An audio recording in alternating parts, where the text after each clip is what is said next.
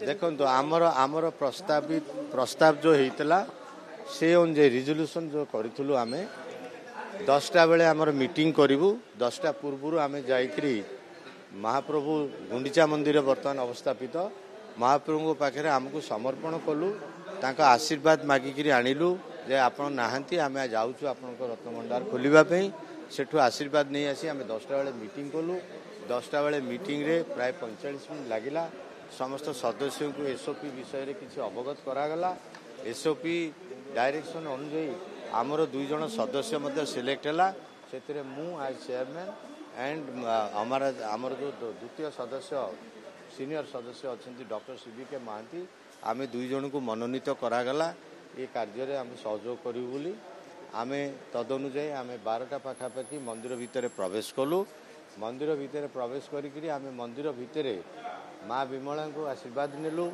तापरे माँ लक्ष्मी आशीर्वाद नेलु कहीं माँ लक्ष्मी होती जगन्नाथ घरणी से संपत्तिर मालिकाणी तांको आशीर्वाद नवा आवश्यक थिला आम सेठी अधिया पड़ी आशीर्वाद नेलु तापरे सेठी जो लोकनाथ महादेव लोकनाथ जो अच्छा अवस्थापित होती लोकनाथ भिक्षा नेलु आशीर्वाद नेलु खोलवाई अनुमति नेलु कारण से द्वारपाल भाव अच्छा जगी रत्नभंडार पूर्व निर्धारित अनुजाई चाबी सब आसला चाबी द्वारा बाहर रत्नभंडार खोलागला तनखी करागला कौन जिनस केन सब सेप्रे अच्छी तार वीडियोग्राफी कराला शिफ्टिंग पूर्व वीडियोग्राफी कलु शिफ्ट तापरे समस्त जिनस को खोलाखोली करी तार जहाँ ठाकुर जहाँ सुना रूपा हीरा मोती मालिक जहाँ किसी थिला सबू जिनस को आमे तापाई जो स्थिरीकृत होती रूम से 2टा रूम को आम नेलु से रूम रे सब गुड़ा को पुणी मार्किंग कराला मार्किंग करी ताला पकाला सील करागला से सबू वीडियोग्राफी होती से चाबी जेहेतु यहाँ दैनंदिन गहना सब भगवान तेणु से चाबी तार अधिकृत 3 जन को चाबी हस्तांतर करागला तापर द्वितीय प्रक्रिया ये कार्य को प्राय भीतर भंडार बाहर भंडार शिफ्टिंग प्राय आमको 3 घंटा पाखापाखि लगिगला कष्ट काम तेबे ये बाहर भंडार काम सरला परे आमे भीतर भंडार को खोलवाई उद्यम कलु एसओपी डायरेक्शन अनुजाई कलेक्टर महाशय चाबी ट्रेजरी चाबी आनी प्रस्तुत थिले से चाबी रे प्रथमे ताला खोलवाई उद्यम है ताला खोलिला नहीं चाबी तार उपयुक्त चाबी नुहे बोली आमर उपलब्धि है एसओपी निर्णय अनुजाई सरकार परामर्श अनुजाई आमे तुरंत ताकू भांगिवा स्टाफ थिले फॉरेंसिक लैब रो लोक थिले ब्रेकिंग ओपन पार्टी थिले मजिस्ट्रेट थिले कलेक्टर थिले ये समस्त उपस्थिति रे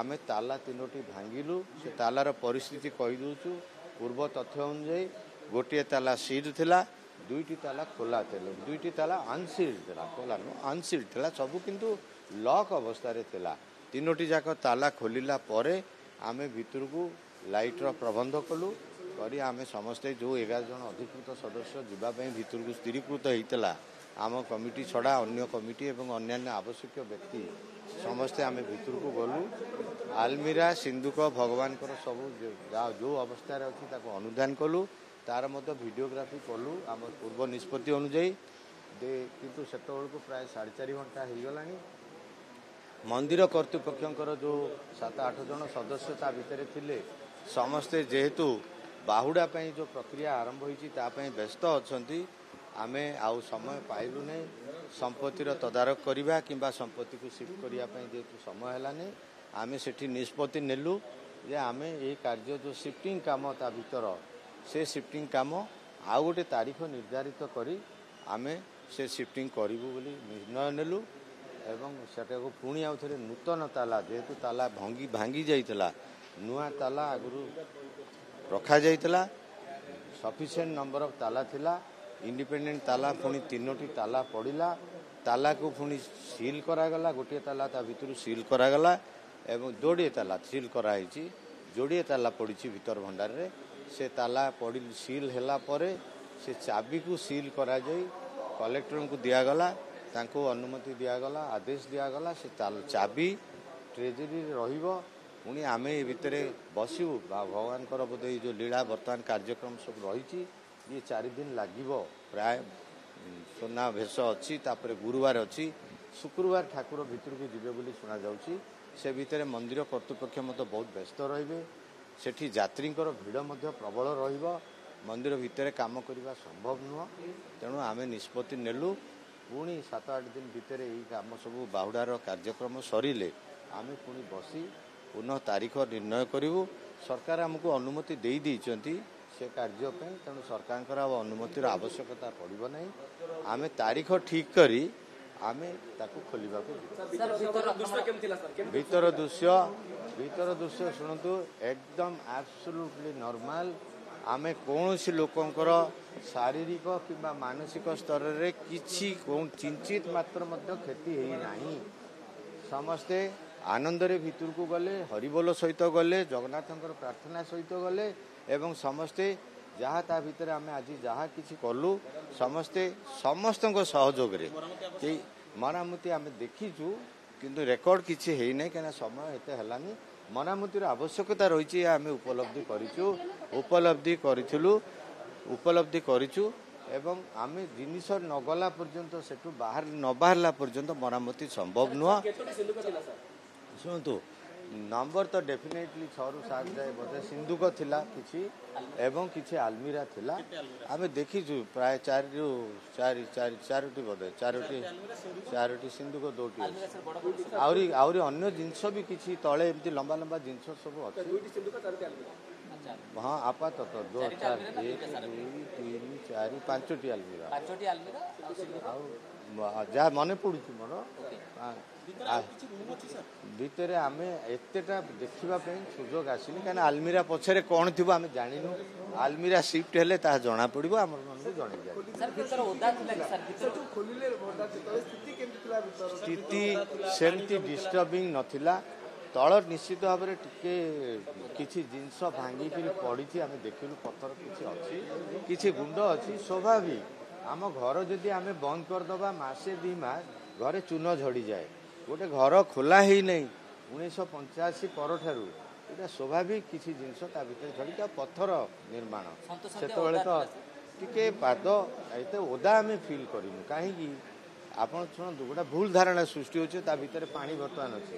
ଆପଣମାନେ ସମସ୍ତେ ଜାଣି ରଖନ୍ତୁ, ମନ୍ଦିର ବେଢ଼ାର ଉପର କାମ ସମ୍ପୂର୍ଣ୍ଣ ହେଇସାରିଛି। ଉପରୁ ପାଣି ଗଳିଲେ ତ ତଳକୁ ଆସିବ, ତେଣୁ ସେ ଭୁଲ ଧାରଣାରେ କେହି ରହନ୍ତୁନି। ଭିତରେ ଯାହା ଆଗରୁ ଟିକେ ପାଣି ଗଳିଥିଲା କ'ଣ ହେଇଥିଲା, ଦାଗ କାଠ ଆଲମିରା କିଛି ଅଛି, ଷ୍ଟିଲ୍ ଆଲମିରା ମଧ୍ୟ ଥିଲା ଗୋଟେ, ଆମେ ଦେଖିଛୁ ସିନ୍ଦୁକ କାଠର ଥିଲା କିଛି। ଆଜ୍ଞା ଶୁଣନ୍ତୁ, ଏଗୁଡ଼ାକ ସବୁ ଯିଏ ଯାହାର ଗପ ଚଲାଉଛନ୍ତି। ଲୋକ ଯେମିତି ସିନେମା ତିଆରି ହୁଏ, ସିନେମା ବଳିଷ୍ଠ କରିବା ପାଇଁ, ଉତ୍କୃଷ୍ଟ କରିବା ପାଇଁ କାହାଣୀ ବନାଯାଏ, କିଛି ଲୋକ ଛଡ଼ା କରୁଛନ୍ତି, ସେଭଳି କାହାଣୀ ସୃଷ୍ଟି କରିଛନ୍ତି। ଜମା ସେଥିରେ ବିଶ୍ୱାସ ରଖନ୍ତୁ ନାହିଁ। ଆମେ ତ ସ୍ୱଦେହରେ ଗଲୁ, ସ୍ୱଦେହରେ ଆସୁ, ଆପଣଙ୍କ ସାମ୍ନାରେ ଛିଡ଼ା ହେଇଛୁ, ତାଠୁ ଅଧିକା ଆମେ ପ୍ରମାଣ କ'ଣ ଦେଇପାରିବୁ? କ'ଣ ହେଲା? ନାଇଁ ଶୁଣନ୍ତୁ, ତାର 4 କର ଯାକ ଆଲମିରା ଆଉ ଲକର ରହିଛି, ତେଣୁ ଆମେ ସେଇଭଳି କିଛି ଉପଲବ୍ଧି କରିପାରିଲୁ। ଏଇ ସ୍ୱଳ୍ପ ସମୟ ଆଲମିରା ନ ଘୁଞ୍ଚିଲେ ସେଗୁଡ଼ାକ ଜଣାପଡ଼ିବ। ରୁମ୍ଟା ପାଖାପାଖି 10 ଫୁଟରେ ବା ନେଇ 15 ଫୁଟରେ 10 ଫୁଟ ହେବ। ଶୁଣନ୍ତୁ, କହିଲି ଆପଣଙ୍କୁ, ଆପଣ ପୁଣି ପ୍ରଶ୍ନ କରୁଛନ୍ତି। ଆଲମିରା ଯେହେତୁ ହଟି ନାହିଁ, ଆମେ ଆଉ ରୁମ୍ ଅଛି କି ନାହିଁ ଜାଣିବାର ସମ୍ଭାବନା ନାହିଁ। ଡିଜିଟାଇଜେସନ୍ କରାଯାଇଛି, ମୁଁ କହିସାରିଲିଣି ଆପଣଙ୍କୁ ସମସ୍ତ ଅନୁଭବ। ମୁଁ ତ ଭାବୁଛି ବୋଧେ ମୁଁ ସ୍ୱପ୍ନ ଭିତରେ ଅଛି। ଆଜି 50 ବର୍ଷ ପରେ ସେ ଅଭିଜ୍ଞତା, ଭିନ୍ନ ଅଭିଜ୍ଞତା, ଏଇଟା ଠାକୁରଙ୍କ ଆଶୀର୍ବାଦ।